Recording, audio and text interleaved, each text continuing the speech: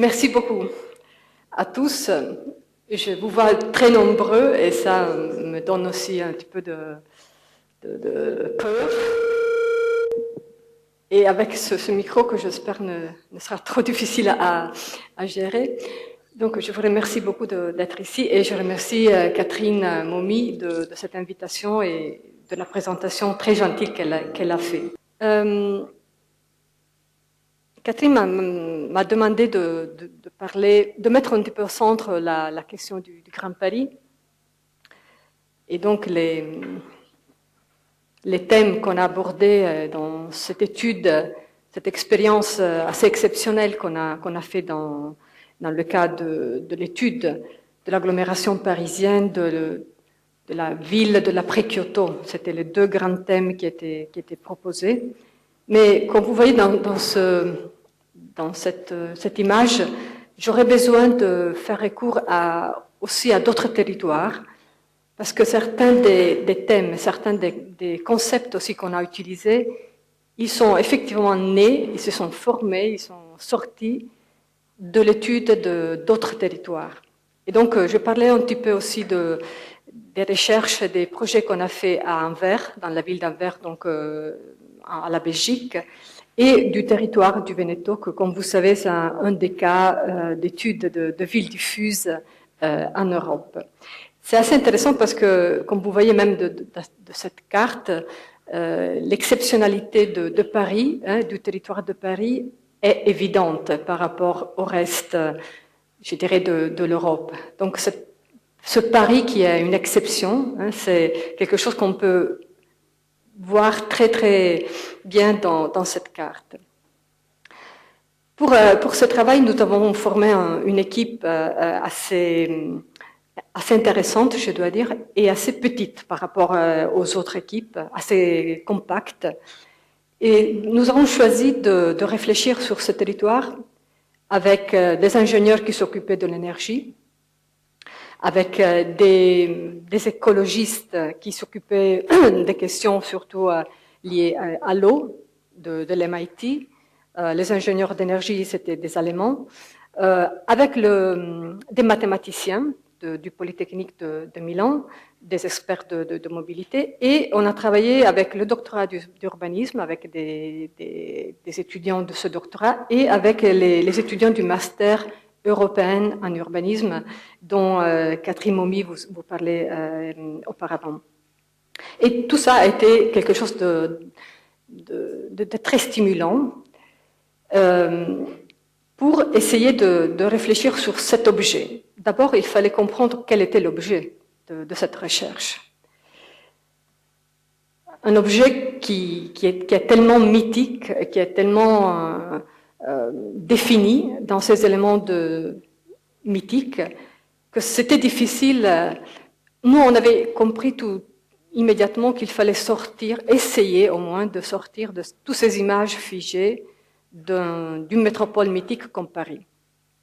C'était la première question, essayer de sortir d'une image comme celle-ci, qui a été une image de référence, un modèle fondamental pour tant de villes dans le monde entier. Donc il fallait essayer de sortir de ça. Et donc pour la première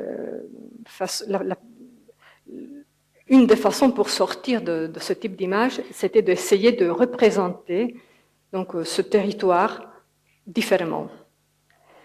Là, nous avons choisi deux échelles de représentation, beaucoup d'échelles, mais en particulier, on a toute une série de cartes sur ces deux échelles. La première, c'est les 50 km sur 50 km, qui est la partie la plus dense de l'agglomération. Et la deuxième, c'est les 100 km sur 100 km, qui est un petit peu moins que l'Île-de-France. C'était la façon pour nous de sortir immédiatement de la question de périmètre. Où est cette métropole? Nous avons commencé à la dessiner, à la représenter, sans se poser cette question de la limite de cette métropole.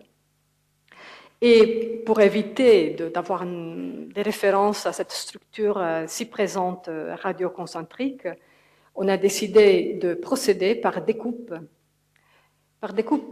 nord-sud, qui essayait donc d'abord de décrire la topographie de ce territoire. La topographie, la position des eaux, qui était liée à la topographie, et donc toutes les affectations du sol en relation avec la topographie. Donc ce sont des représentations assez abstraites, peut-être on pourrait dire, à vol d'oiseau, hein, comme on disait, assez détachées, mais en même temps nous obligent à regarder différemment ce territoire. Et on a choisi une stratégie donc cognitive qui était celle assez proche des opérations que des archéologues peuvent faire quand on parle du carré latin, par exemple. Donc on prend une portion d'un territoire et on commence justement à faire des coupes. Ou bien la façon de chercher l'or, par exemple, par les ingénieurs des mines qui ne savent pas, comme les archéologues, où se trouve la chose qu'ils sont en train de chercher. Et c'était justement ça notre problème. Nous, on ne savait pas où était effectivement la question, où était le problème, quel était l'objet. Et donc, on a commencé tout simplement à organiser ce type de représentation qui nous obligeait aussi à regarder différemment le territoire. Après, on a fait un travail pas à pas. Alors, les deux, comme probablement vous savez, ce sont des références littéraires. Hein. Paris à vol d'oiseau, c'est Victor Hugo.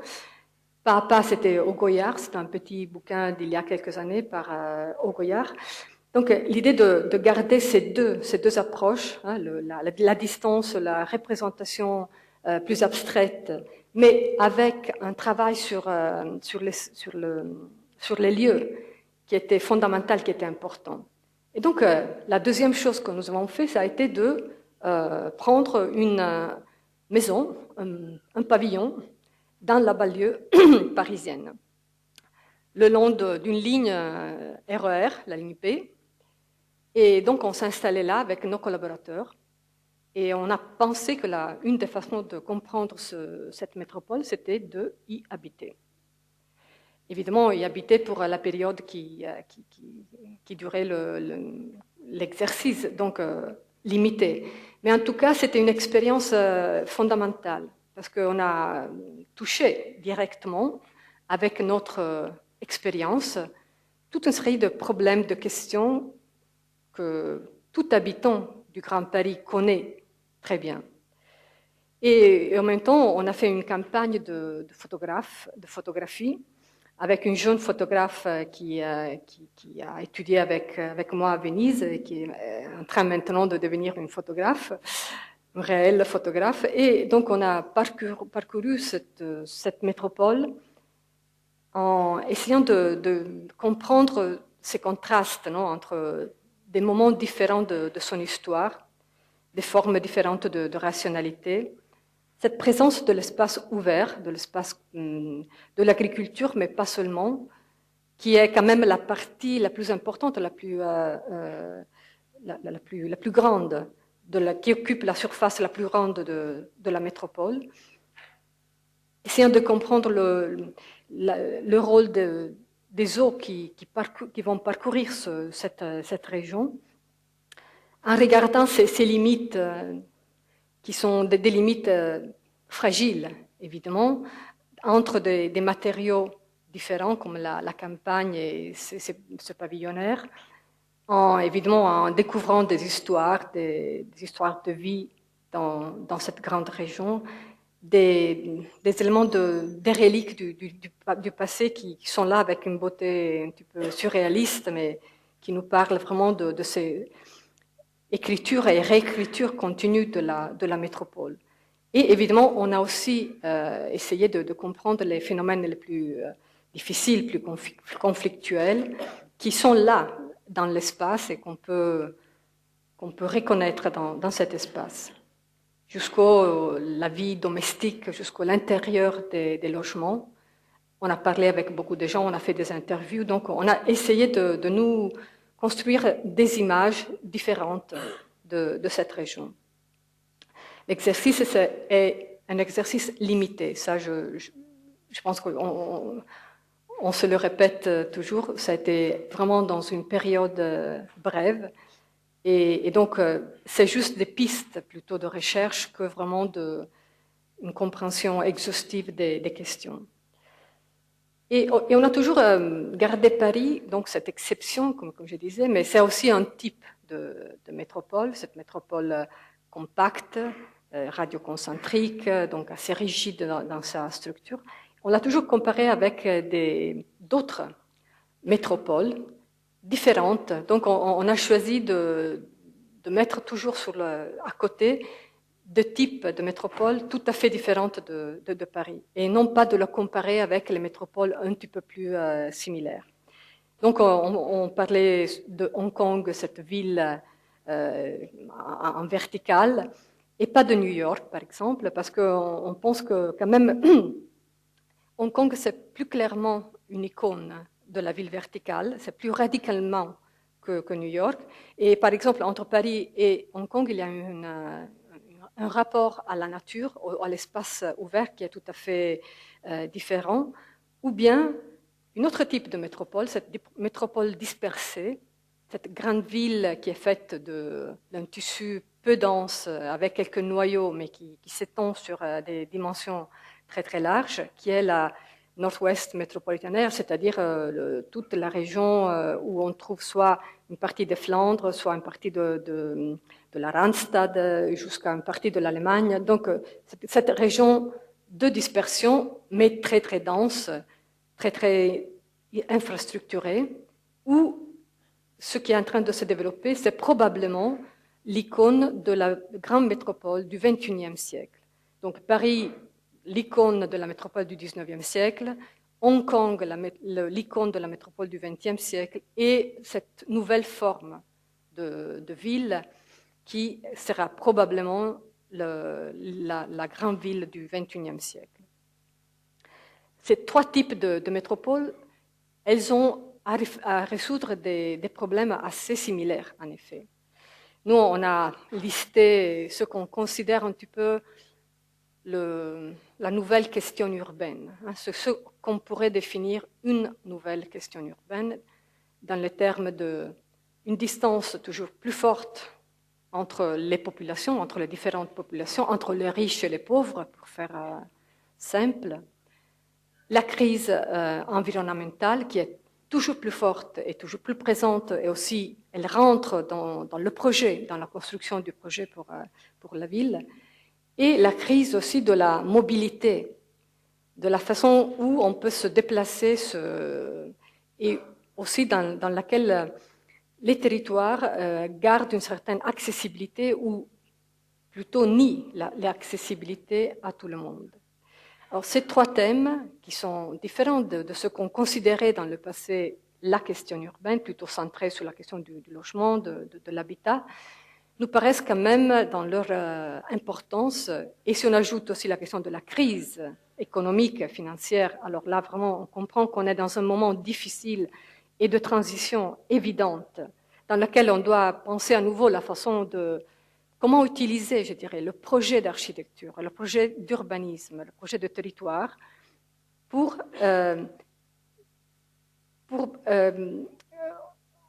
on peut dire, proposer, donner la possibilité aussi au reste de la société de profiter des connaissances que nous avons, des connaissances que nous développons à travers le projet.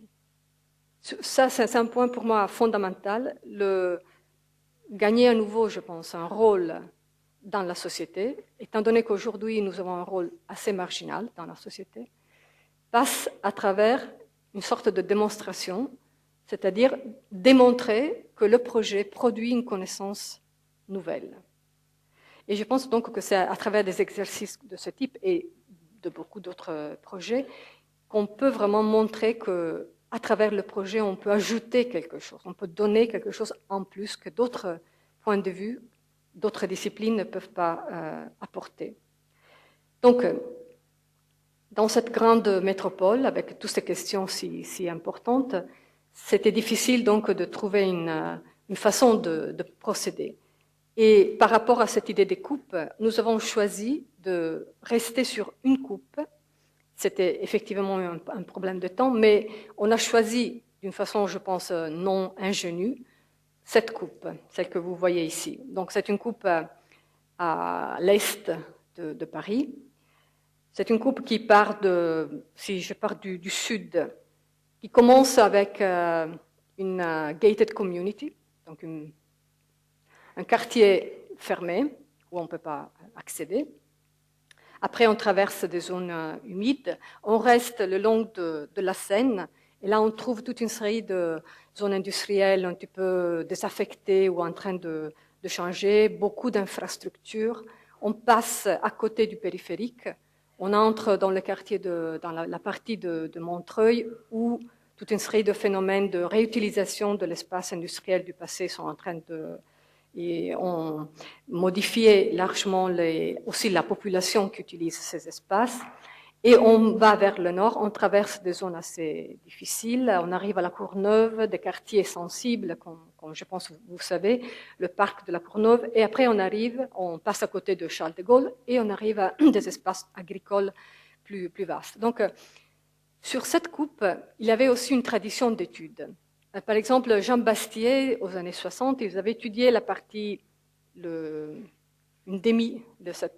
moitié de cette coupe, la partie sud de cette couple. Et donc, c'était aussi intéressant de revenir sur des territoires qui avaient été investigués à ce moment-là. Mais on l'a choisi aussi parce que, en étudiant le long de en utilisant par exemple aussi la recherche sur Internet, sur YouTube. YouTube, c'est une source, je pense, d'éléments, de connaissances sur la ville extraordinaires. Ça nous permet aussi d'arriver à des couches de questions que difficilement on peut trouver dans la littérature, et c'est difficile aussi sur place de creuser. Là où on trouve que la façon par exemple, affronter la question de la mixité sociale, c'est un point clé. Et il y a beaucoup d'expériences, beaucoup d'expérimentations qui sont en train de se faire. On trouve aussi le dépôt, par exemple, des choses qu'on fait dans les écoles, etc. Et donc, à partir de ça, et le long de cette coupe, on a proposé une hypothèse. Alors là, je cite André Corbeau, qui, je pense, est un personnage qui lit Catherine et moi, donc c'est quelqu'un que nous avons beaucoup lu, beaucoup étudié. André Corbeau, ce chercheur un petit peu hors de l'orthodoxie, André Corbeau, il dit toujours il faut avoir le courage de l'hypothèse. Lui, il parle de l'hypothèse dans la recherche plutôt historique ou de critique de la ville. Ben, nous, on parle plutôt de l'hypothèse qui conduit le projet, mais c'est très, très, très proche. Il faut avoir le courage de l'hypothèse. C'est la seule façon de poser des questions. Donc l'hypothèse, c'est pour poser des questions, c'est pas pour trouver les solutions. Et ça, c'est le plan qu'on a proposé. Ce n'est pas un plan, d'abord, évidemment. C'est une carte sur laquelle on a récolté une série d'hypothèses et d'idées, qui sont tous liés par ce projet de ville poreuse. Donc, qu'est-ce que c'est cette ville poreuse? Ben, je m'excuse pour les langues qui changent quelquefois en anglais, en français, mais... Donc, la porosité concerne la relation entre les espaces, disons, le vide et le plein. Ce sont des proportions qui peuvent changer. On peut avoir des lieux qui sont plus poreux ou moins poreux. Les géologues utilisent le concept de porosité pour parler des rochers, évidemment. Donc, on a des rochers qui laissent plus ou moins le passage à l'eau, par exemple, à l'infiltration. Donc là, il y a tout un vocabulaire qui parle justement de porosité, d'infiltration, de mouvement dans un matériau, à travers un matériau, qui nous paraissait intéressant d'utiliser comme instrument de travail pour réfléchir sur le Grand Paris. La porosité, c'est cette idée que donc on a des pores, on a des vides, mais si ces vides ne sont pas connectés, alors ils ne sont pas connectés. Donc c'est pas dit qu'avoir beaucoup de vides, ça suffit à, si on l'imagine par exemple dans l'espace urbain, ça suffit à connecter les différents morceaux. Donc on a aussi besoin d'une perméabilité, d'une connexion entre ces pores. Et cette connexion, à notre avis, devrait assumer une forme isotropique, devrait être vraiment dans tous les sens et dans toutes les directions. Et en plus, le long de cette coupe, on a imaginé qu'on pouvait commencer par là à réfléchir sur une nouvelle structure territoriale, une structure d'espace de types différents, d'espaces ouverts, de tramways, de choses différentes qui pouvaient être connectées et traverser tous ces tissus que je vous ai décrits rapidement avant. Et on appelait ça une traversée verte. Mais le point, ce n'est pas qu'elle soit verte, c'est plutôt qu'elle a une traversée. Donc c'était justement le type de structure dans une ville assez peu peureuse qui nous paraissait important de proposer. Et ça, c'est une image, un petit peu à vol d'oiseau, justement, qu'on a proposée. Images. Donc, la question des images et des imaginaires, c'était fondamental dans le cas du Grand Paris. Je pense qu'il y a très peu de villes dans le monde qui sont tellement chargées d'images et d'imaginaires. Et donc, nous, on a décidé d'opposer à ces images un petit peu figées, du Paris intramuros, de la banlieue conflictuelle, etc., on a décidé un petit peu d'opposer des lectures un petit peu différentes. Quelquefois assez fortes, comme celle-ci, qui est le résultat d'une sorte d'histoire qu'on s'est racontée, où c'était Lucifer qui nous demandait de construire la carte de ses propriétés dans l'île de France. Et ça, c'est la carte des îles de Lucifer. On a mis tous ces éléments de barrières, de séparation, de fractures, les grandes infrastructures, les plateformes industrielles, même les grands ensembles, on a mis. Tout ça montre un espace très fragmenté où on trouve des îles enclavées. Et la chose qui est plus forte, je pense, c'est le rapport entre cette carte et cette autre carte, qui a été construite sur la base des données d'un géographe parisien. Le rouge, c'est la pauvreté, les pauvres, et le noir et les gris, c'est les riches. Or, si je reviens à cette carte, vous voyez qu'il y a presque une superposition. Vous trouvez les pauvres où il y a le blanc, où il y a toutes ces enclaves, toutes ces îles, tous ces fragments, et beaucoup moins de pauvres dans les autres parties. Et ça nous a beaucoup impressionnés. Et au point qu'on a discuté, par exemple, avec le géographe américain Edward Sauge, qui parle et qui revient à parler avec aussi un groupe de géographes parisiens, qui parle des questions d'injustice spatiale. C'est-à-dire qu'on passe de l'idée d'une injustice sociale à une injustice qui se trouve, qui peut être lue dans l'espace, et où l'espace joue un rôle. Ça, c'est un point, je trouve, très important si on dit que, par exemple, la question urbaine est aussi aujourd'hui une question de marginalisation toujours plus forte de certaines parties de la société. Et au moment où on trouve qu'il y a une sorte de correspondance presque déconcertante entre la localisation des pauvres et la fragmentation de l'espace, là, je pense que ça nous pose, et surtout, évidemment, à des gens comme nous qui sont des experts de l'espace, ça nous pose beaucoup de problèmes. Donc, on a commencé à faire des cartes de relever sur place de tous ces éléments de séparation, de fracture, en essayant de lire comment les différents types de tissus réagissaient à ces coupures.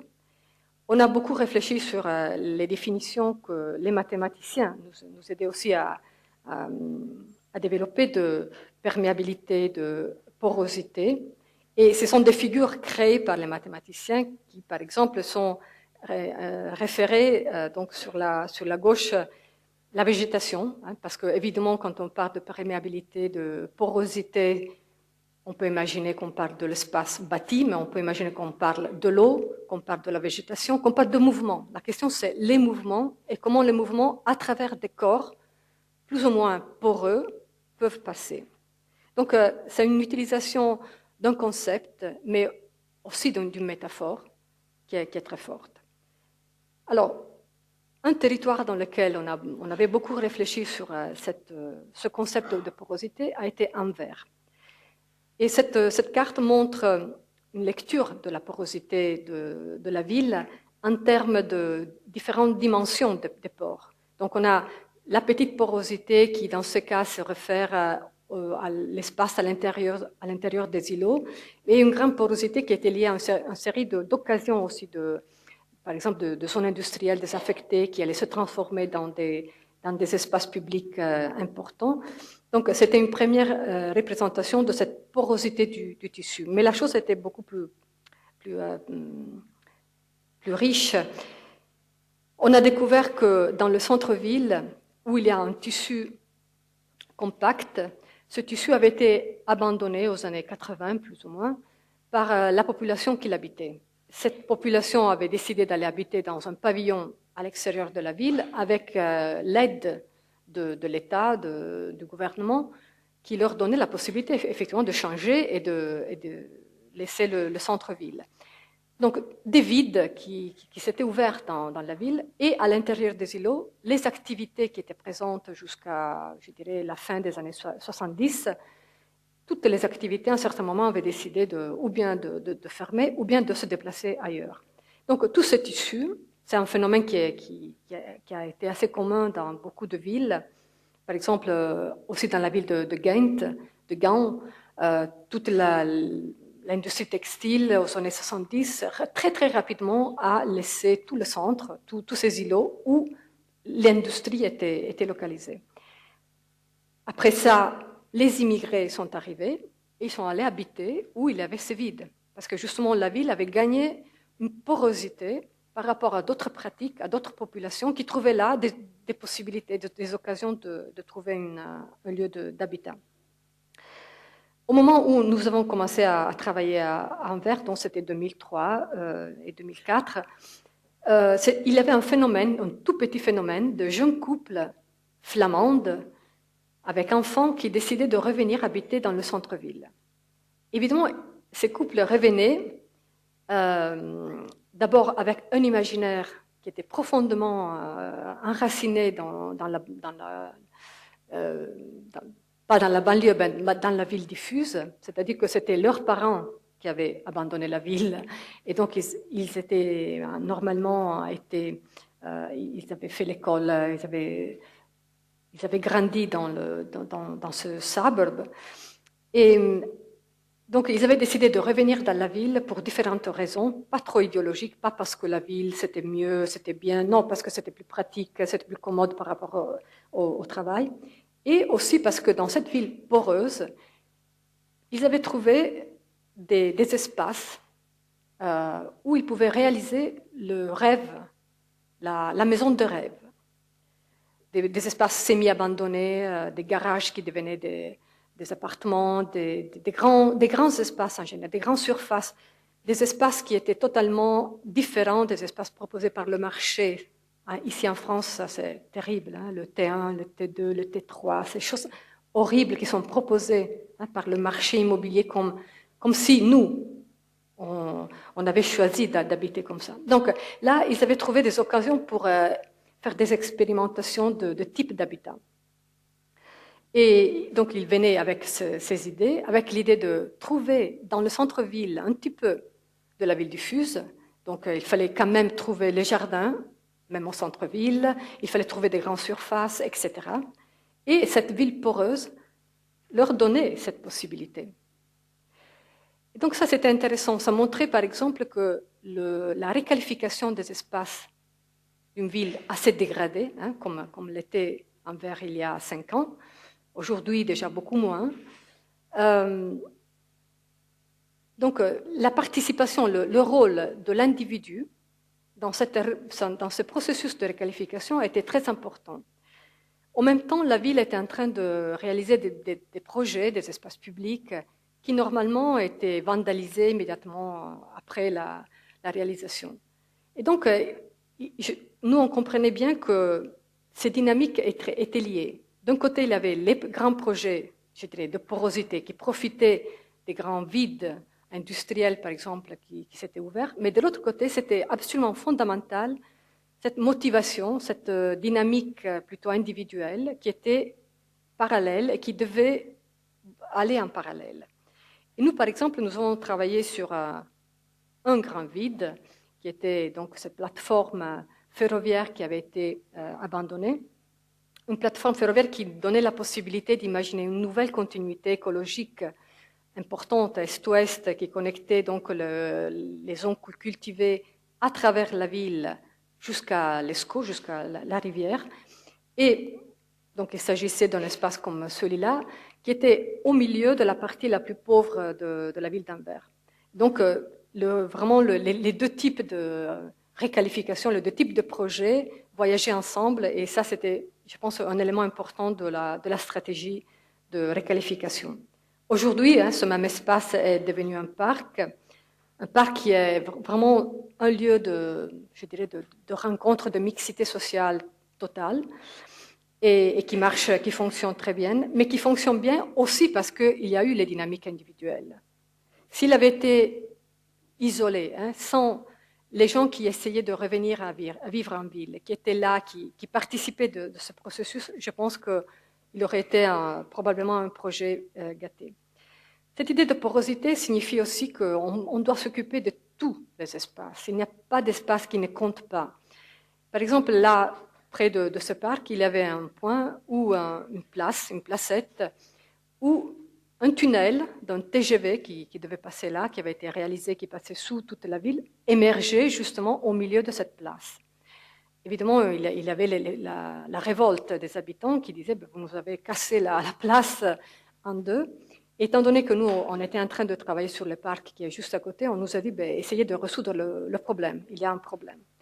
Donc, ça, ce que vous voyez là, c'est le TGV qui sort du terrain et qui est une pente très douce, parce que les trains, comme vous savez, ne peuvent pas trop grimper. Donc, c'est une pente très douce qui traverse cette place et qui sépare la gare, la petite gare qui est ici, de la place existante. Et nous avons proposé de l'utiliser comme une promenade qui amène à un lieu un petit peu plus haut, qui est bien orienté vers le sud et qui est devenu depuis un lieu où les gens s'arrêtent, vont manger, etc. Et d'où on regarde d'en haut la place qui reste en bas. C'était un petit projet avec un budget minimal, mais je pense que la force de ce type de projet, c'est de ne rien perdre, plutôt d'essayer d'ajouter toujours un espace en plus dans la ville. Et je dirais aussi renforcer cette idée de porosité, d'accessibilité, de pouvoir fréquenter tous les lieux de la ville. Troisième projet de porosité, dans le sens, nous avons travaillé plutôt la grande porosité, parce que la petite porosité, c'était plutôt les dynamiques individuelles. C'est la place du théâtre, toujours dans la ville d'Anvers, un vide très important, mais très peu utilisé et assez marginal, avec un théâtre, ce que vous voyez ici, existant, réalisé aux années 70, un théâtre un petit peu comme votre école, en béton, façade en béton très dur, donc détesté par les habitants d'Anvers.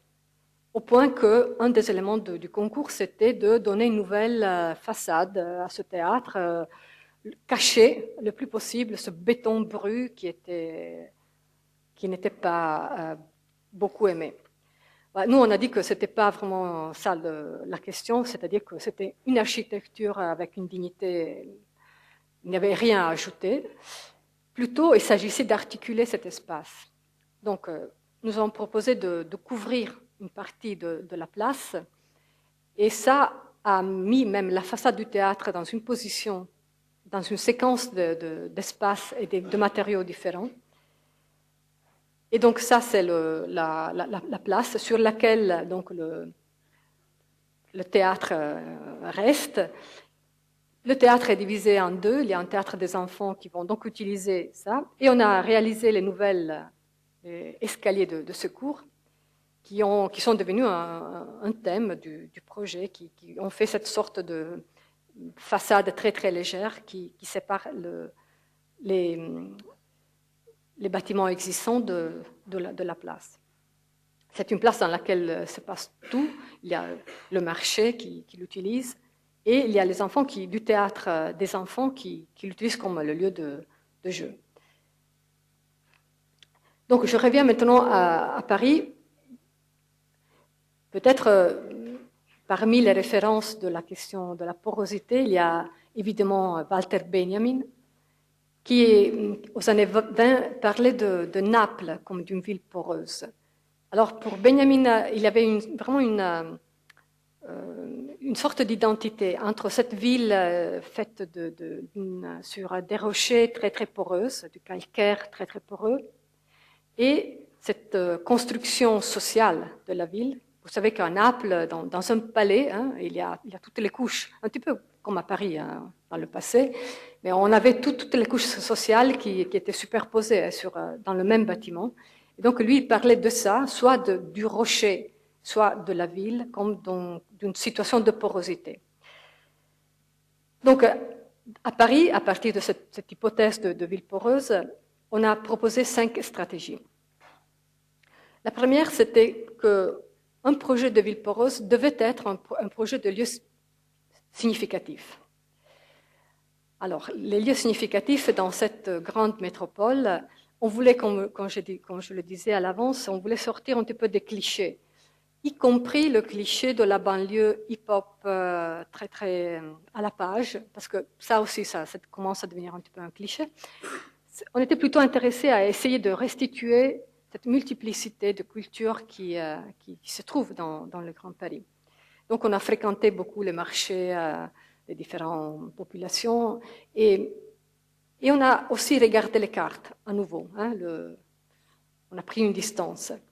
Et l'occasion de faire cette carte a été la lecture des descriptions d'un géographe français très important, Vidal de la Blache, qui décrivait, dans les tableaux de la France, décrivait la région de Paris avant que Paris ne devenait la grande capitale.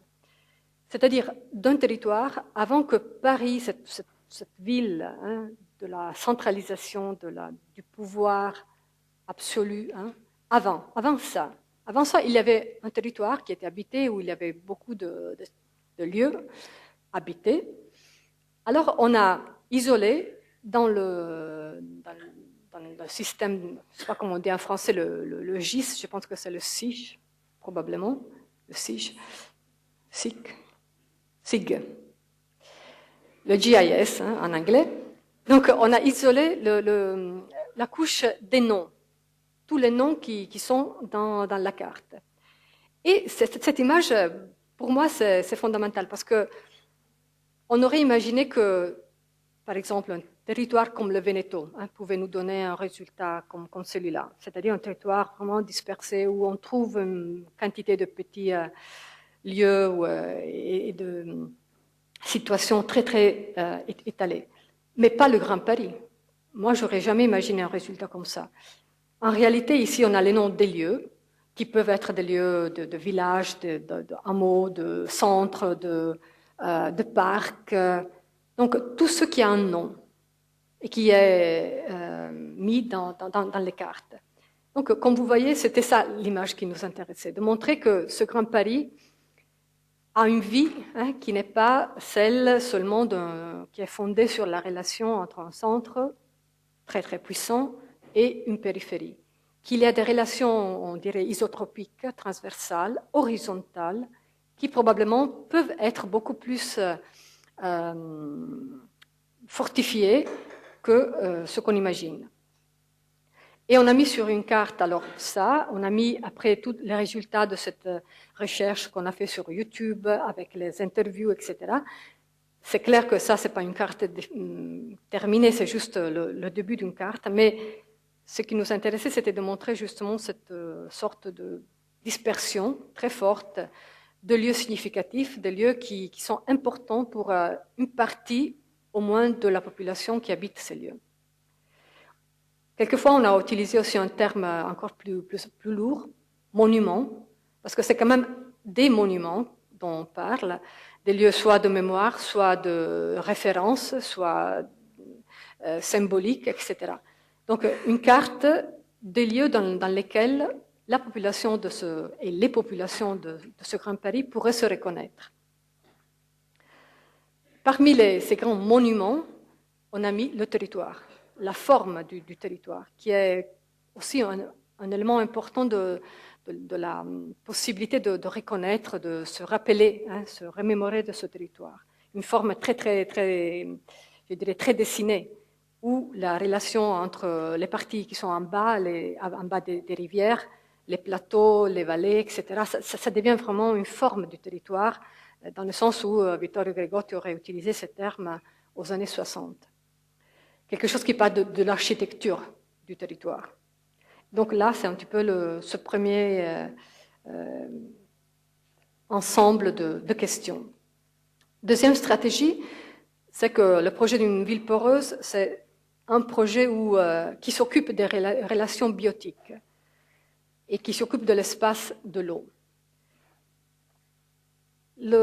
Ce thème du vivant qui revient dans le projet d'urbanisme, je pense que c'est quelque chose que surtout des gens comme Catherine Momy devraient étudier en détail.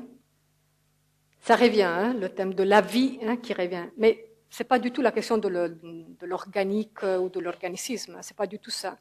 C'est plutôt l'idée que dans la ville, dans l'espace urbain, il y a différentes écologies qui se superposent. Et les relations entre ces écologies se réalisent dans l'espace urbain. Et l'espace urbain n'est pas du tout l'espace le plus pauvre, par exemple, de relations biotiques ou de biodiversité. Au contraire, souvent c'est là qu'on a une richesse de tout ça. Parce que nous, on a choisi, comme beaucoup d'autres espèces, d'habiter les lieux les plus riches de biodiversité, pas les plus pauvres. Si vous allez sur le sommet d'une montagne, là, vous trouvez le minimum de biodiversité. Alors là, il y a un paradoxe évident. Non? Nous, on va sauvegarder en général le sommet des montagnes. On dit là, c'est les parcs. Mais la richesse, en termes écologiques, en termes de biodiversité, elle est au contraire là où on a décidé d'habiter. Donc, ce thème qui revient d'une façon différente par rapport au passé dans le projet d'urbanisme, je pense que c'est aussi une des frontières du projet du futur.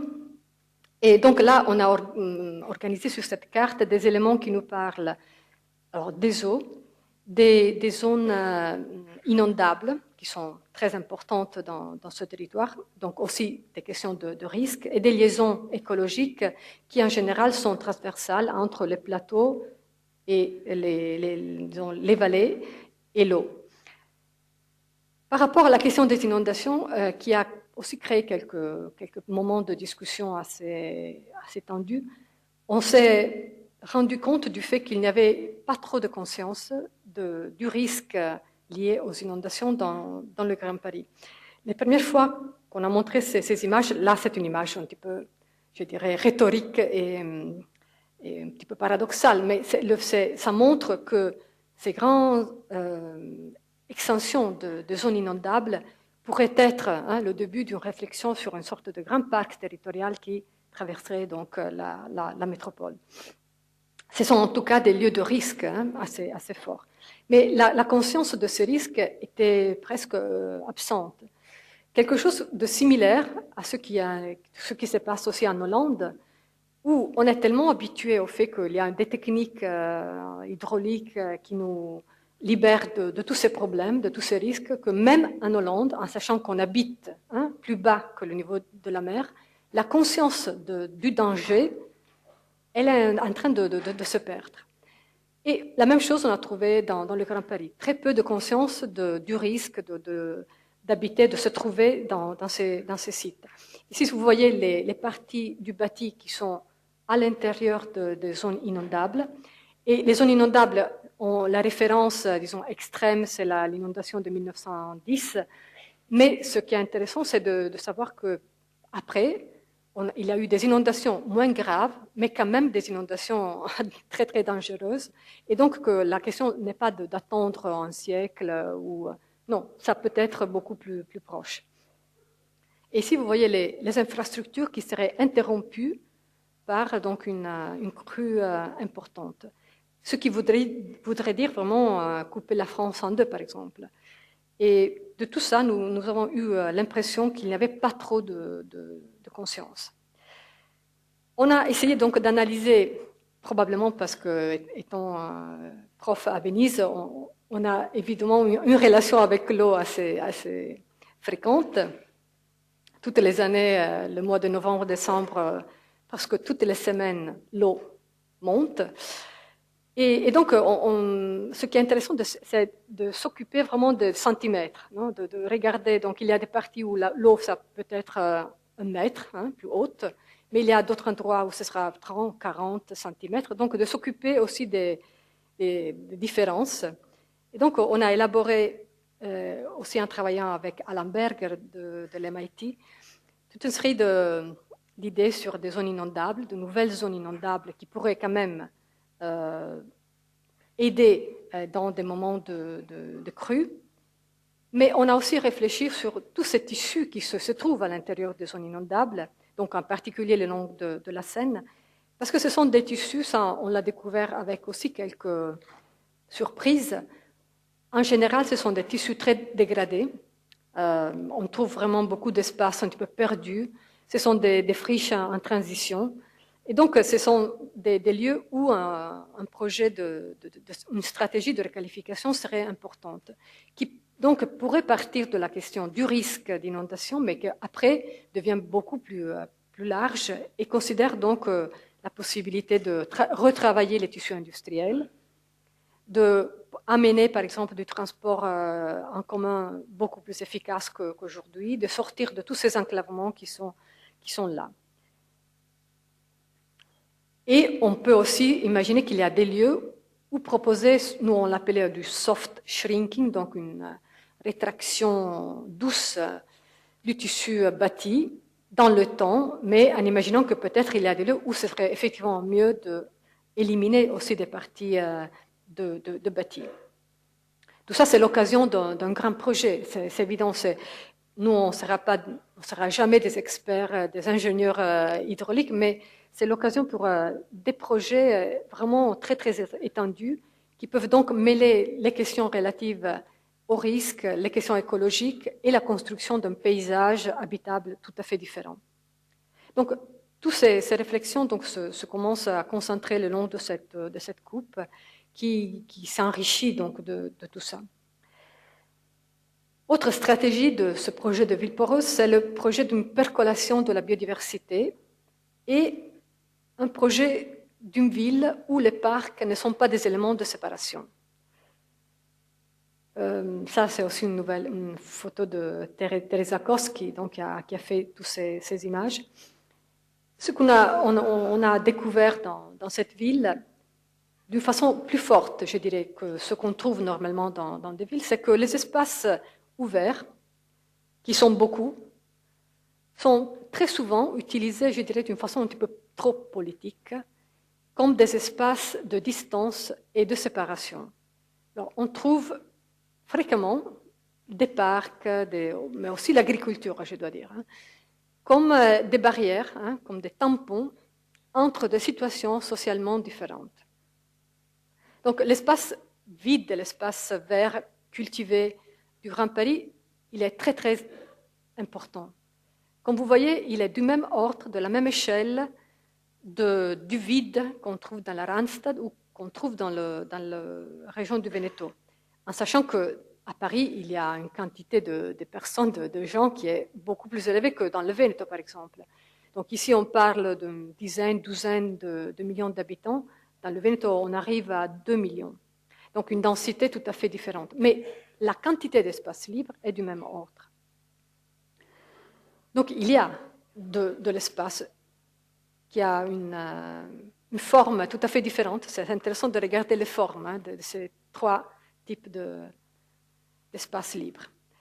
Donc il y a beaucoup d'espaces avec lesquels on peut imaginer vraiment de renforcer donc, ces liaisons écologiques. Ça, on s'est beaucoup aussi inspiré aux éléments qui avaient été déjà indiqués par le SDRIF, par le schéma directeur de l'Île-de-France.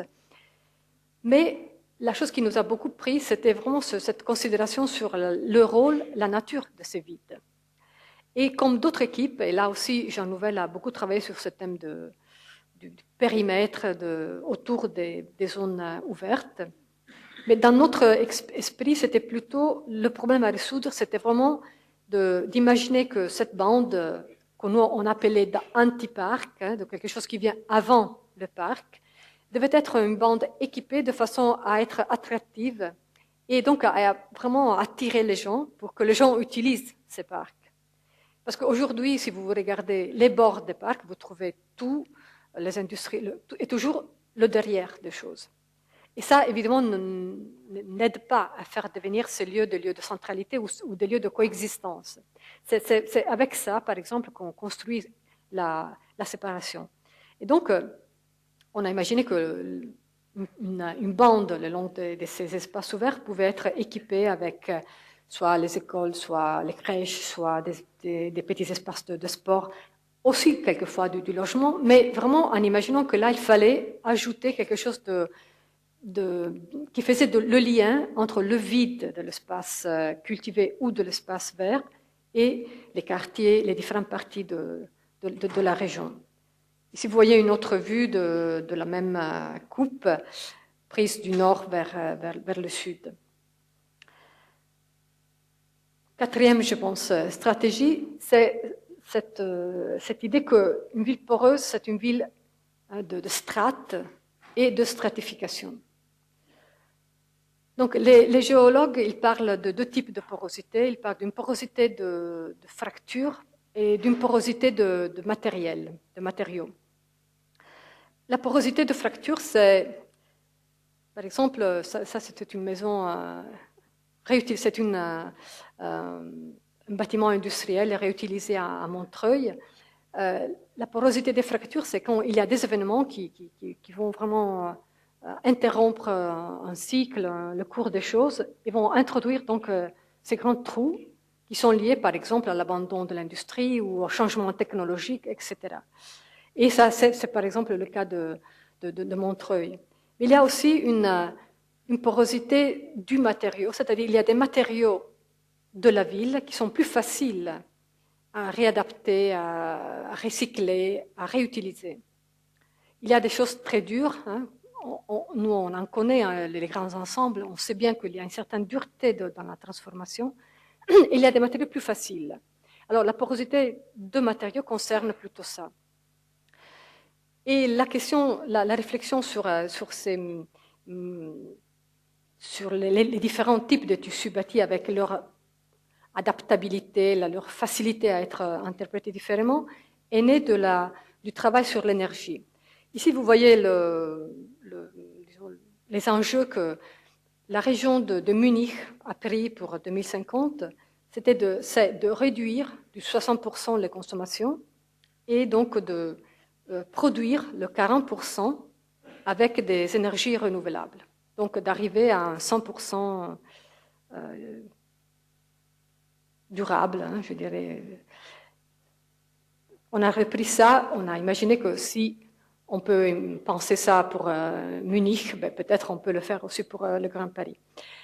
Et donc on a commencé à considérer les différentes consommations d'énergie et on a trouvé que le bâti, la partie bâtie de la métropole est celle qui consomme le plus, même plus que la mobilité, etc. Et ici, vous voyez donc au milieu, ce sont les tissus de pavillonnaire. Là aussi, quelque chose que peut-être pour vous est plus évidente, pour nous, non. La dimension de l'étendue de pavillonnaire dans le Grand Paris, dans cette grande métropole compacte, hein, qu'on décrit normalement comme l'icône de la métropole compacte, mais qui est faite surtout de pavillonnaire avec quelques petits noyaux de densité et après, évidemment, le Paris intramuros qui a une autre densité. Et sur l'image, votre droite, ce sont les bâtiments industriels qui étaient pour nous aussi un des lieux stratégiques d'intervention. Et on a proposé donc pour le Grand Paris, on a un petit peu adapté les diagrammes de Munich. En particulier, on a vu que même si on utilise toutes les ressources pour la production d'énergie renouvelable dans la région de l'Île-de-France, on n'aura jamais la possibilité de tout couvrir. Et donc, il y aura en tout cas des énergies renouvelables importées par des régions voisines. Ici, je dois dire, on a considéré qu'il n'y avait pas le nucléaire. Donc, la position est assez forte. Ce qu'on a découvert donc avec Ausladen, avec ce cabinet, c'est un professeur de l'université de Polytechnique de Munich, Ausladen, c'était donc que comment passer à travers cette question. Imaginez que tout le nouveau qu'on va faire soit parfait, donc ça ne sert à rien, absolument, pratiquement à rien. C'est un pourcentage tellement modeste que ça ne va pas changer la consommation de la métropole. Donc qu'il fallait réutiliser l'existant, mais en plus, il ne fallait même pas imaginer de démolir et de reconstruire. Parce que si on démolit, on va perdre toute une grande quantité d'énergie, ce qu'on appelle l'énergie grise. Et donc, d'un point de vue de la consommation d'énergie, ce n'est pas la pratique c'est pas la pratique optimale. Donc, l'effort et l'exercice qu'on a fait a été d'imaginer que ce Grand Paris dans le futur peut englober sur soi-même, par exemple, la quantité de logements qui est prévue par le schéma directeur de l'Île-de-France, à travers la réqualification, le travail sur le tissu existant. Donc, le pavillonnaire, par exemple, les grands ensembles, il y a beaucoup de recherches très intéressantes qui ont été faites dans le passé récent sur ça, donc ce n'est pas à nous d'ajouter beaucoup, mais la question fondamentale, c'est ça. C'est cette idée de recyclage 100%, qui a quelque chose d'un petit peu différent de l'idée de bâtir la ville sur la ville, parce que c'est encore plus radical. C'est vraiment l'idée qu'on utilise ce qui est déjà là. Ce n'est pas seulement qu'on reste spatialement, physiquement sur le même endroit, mais en plus, on réutilise au maximum toute l'énergie qui se trouve déjà là. Et ça, je pense, donne une nuance un petit peu différente à cette hypothèse, ce slogan qu'on a utilisé dans les années passées de bâtir la ville sur la ville.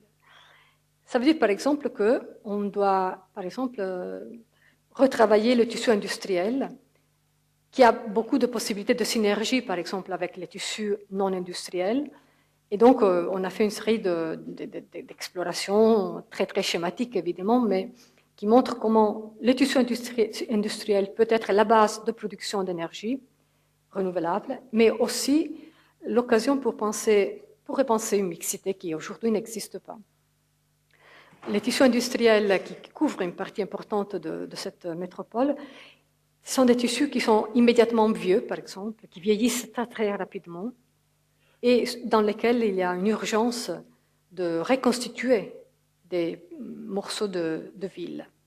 La production, enfin, elle a changé beaucoup dans les dernières années. Beaucoup de fois, il n'y a même pas de production au sens propre du terme. Donc, c'est là un enjeu que nous considérons majeur de réinterprétation de ces tissus.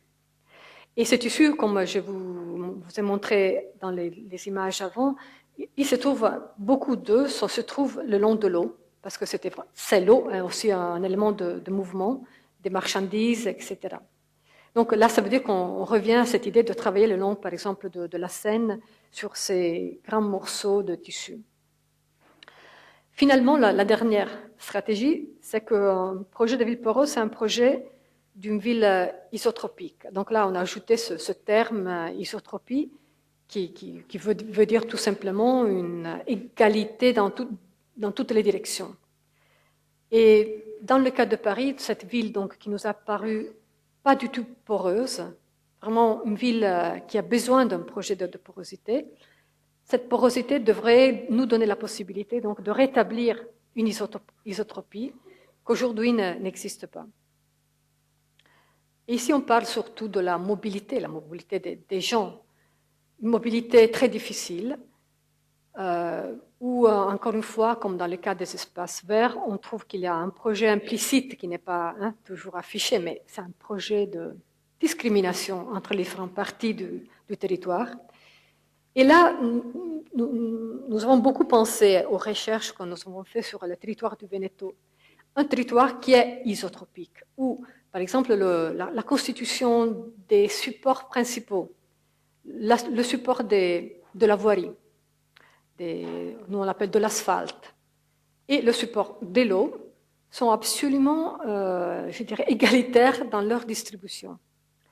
Ces deux images qu'il faut, encore une fois, regarder ensemble, parce que ces deux réseaux marchent ensemble, ils sont parallèles, ils sont à côté normalement, et qui vont vraiment irriguer tout ce tissu, et qui ont donné dans le passé des conditions d'habitat, le degré zéro de pouvoir s'implanter dans ce territoire. C'était donc que la question de l'eau était réglée, soit le drainage, soit l'irrigation était réglée, et qu'on pouvait accéder à ce territoire.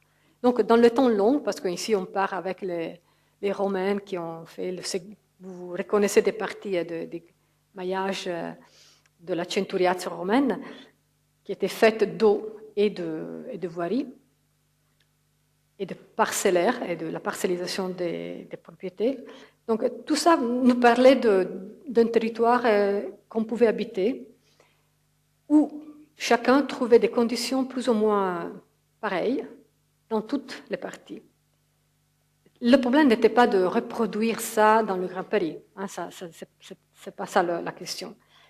Mais quand même, nous savons que ces conditions isotropiques ont été la base pour une économie, pour une mobilité sociale, pas seulement une mobilité dans l'espace, mais une mobilité sociale importante dans le passé. Le fait d'avoir ce support si étendu et plus ou moins égal pour tout le monde a donc donné à ce territoire des possibilités qu'on n'a pas trouvées dans d'autres lieux.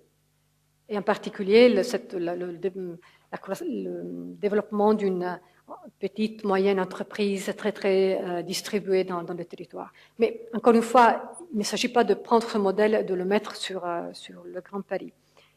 Mais il s'agit quand même de réfléchir sur le fait que cette structure radioconcentrique, qui n'est pas parfaite en plus, qui est interrompue plusieurs fois, n'est pas adaptée à la dimension actuelle et à la dimension future du Grand Paris, parce qu'elle laisse complètement enclavée et complètement marginalisée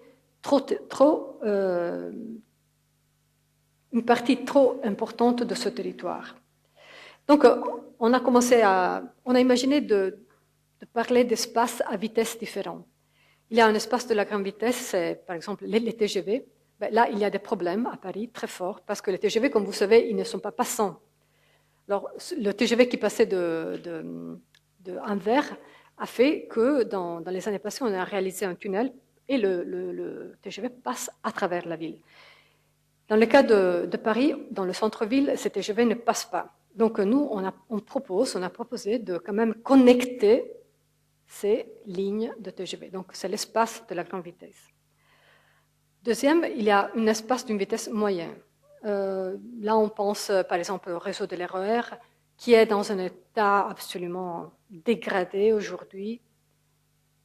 Vous faites l'expérience chaque fois que vous prenez un RER pour aller, par exemple, du centre de Paris à Charles de Gaulle.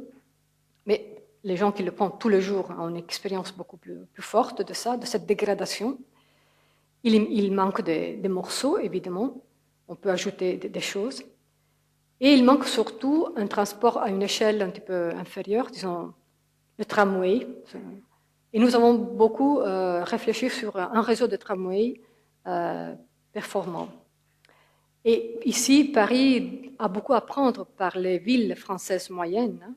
Grenoble est une de ces villes qui, dans les années passées, ont beaucoup investi, par exemple, dans les tramways. Tandis qu'à Paris, il y a un pourcentage de rails, de tramways par habitant qui est infime. Et finalement, cet espace de la faible vitesse L'espace de la faible vitesse à Paris est totalement déconnecté, fragmenté. Nous, donc, on habitait dans ce pavillon vers le sud, le long de la ligne RER B. On ne pouvait pas arriver là à pied. C'était impossible. Il y avait la gare du TGV qui n'est pas trop loin. On n'arrivait pas à pied là. C'était impossible. À pied, à vélo, etc.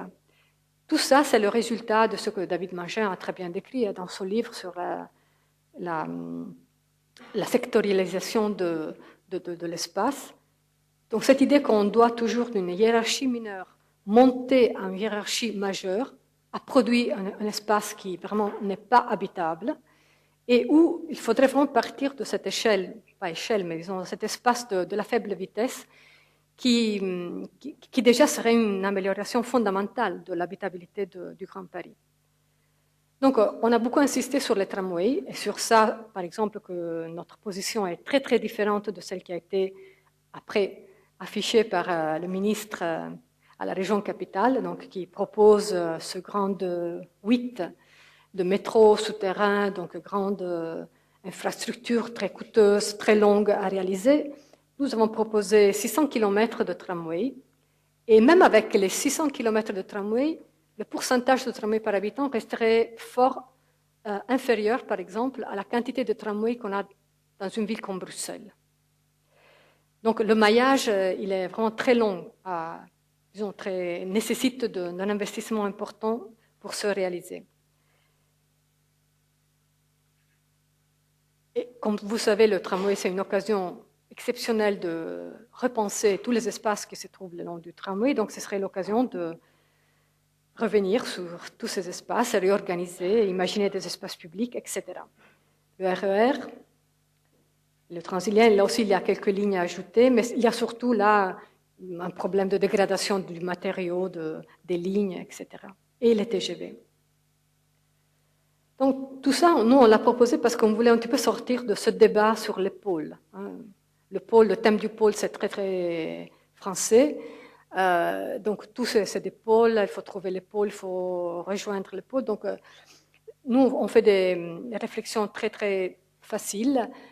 Si dans une famille il y a quelqu'un qui travaille dans le pôle et donc il va habiter dans le pôle ou très proche de ce pôle, il y aura probablement quelqu'un d'autre dans la même famille qui travaille ailleurs ou qui utilise l'université qui se trouve dans une autre partie de la ville, etc.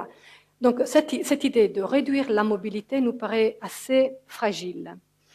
Nous imaginons plutôt un problème d'irrigation, comme je disais avant, où c'est le transport collectif qui crée ce support le plus possible isotropique, c'est-à-dire en donnant à chacun, dans toutes les parties de cette métropole, le même droit d'accessibilité.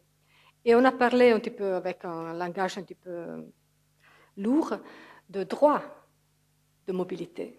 Parmi les droits de citoyenneté, il y a aussi la mobilité. Une mobilité que, comme vous voyez, c'est totalement centrée sur le transport collectif. Donc, ce n'est pas l'idée de la voiture, mais vraiment d'un investissement dans le transport collectif. Donc, je reviens à l'image de la ville poreuse, donc, c'est une collection de tous ces thèmes, et c'est aussi la façon de se rappeler de ce qu'on a fait, on l'a mis sur cette carte.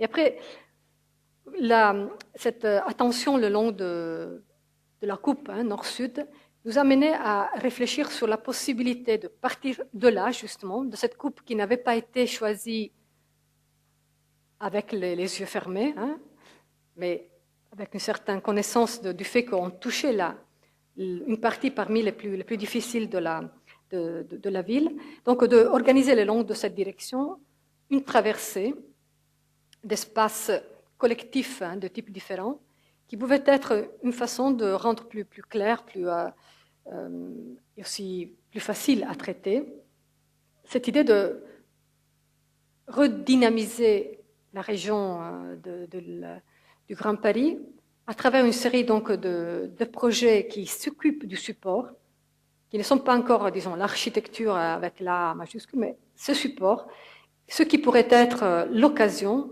pour des innombrables projets à toute échelle. Donc, soit les projets collectifs publics importants, soit des petits projets comme ceux que la ville d'Anvers nous avait montré être fondamentaux pour la réqualification de ces tissus. Et donc là, cette image. Je pense que je peux m'arrêter parce que ça a été assez longue. Les dernières images que je ne vous montre pas, c'est un petit peu comment ça continue. Mais ça, on les laissera peut-être pour après la discussion. Merci.